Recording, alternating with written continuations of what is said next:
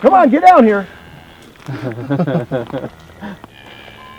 That's awesome.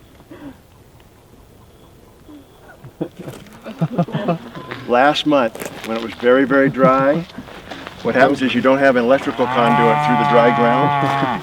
So my electrical fence failed, 1.5 miles down here. I go down there, the cows are off running around. They're saying, hey, we're gonna go for a walkabout, right? They're gonna find some new grass. So it was just before dusk.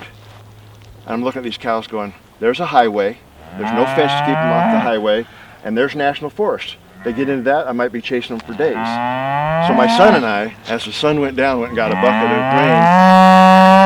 grain. And yeah, I know. And I got in front of them, and that's a lot. She's one of the herd cows.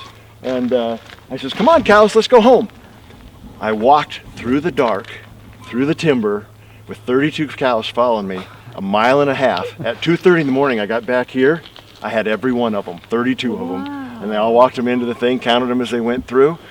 The bull came through last, kind of looked at me like I didn't feel like walking that far. I gave him a pet, which is another thing you don't usually do with bulls. He wandered on, I shut the gate, and they've been here ever since. But yeah, they're all trained to follow.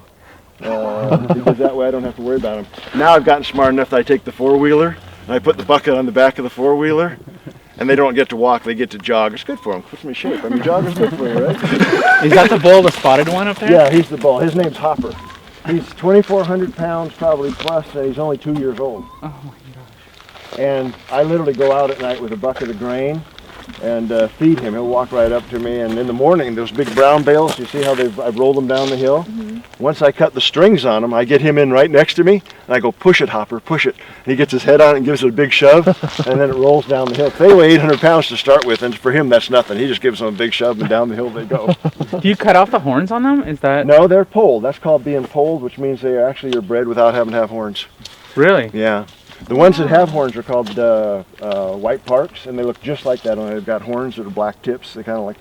What do you mean they're bred? Like they bred them? Like you don't have to pull them when they're born? No, no. They don't. They're not even. They don't even have horns when they're born. They have. Wow. They're called. Not even the bull, huh? No, they're called polled. Polled.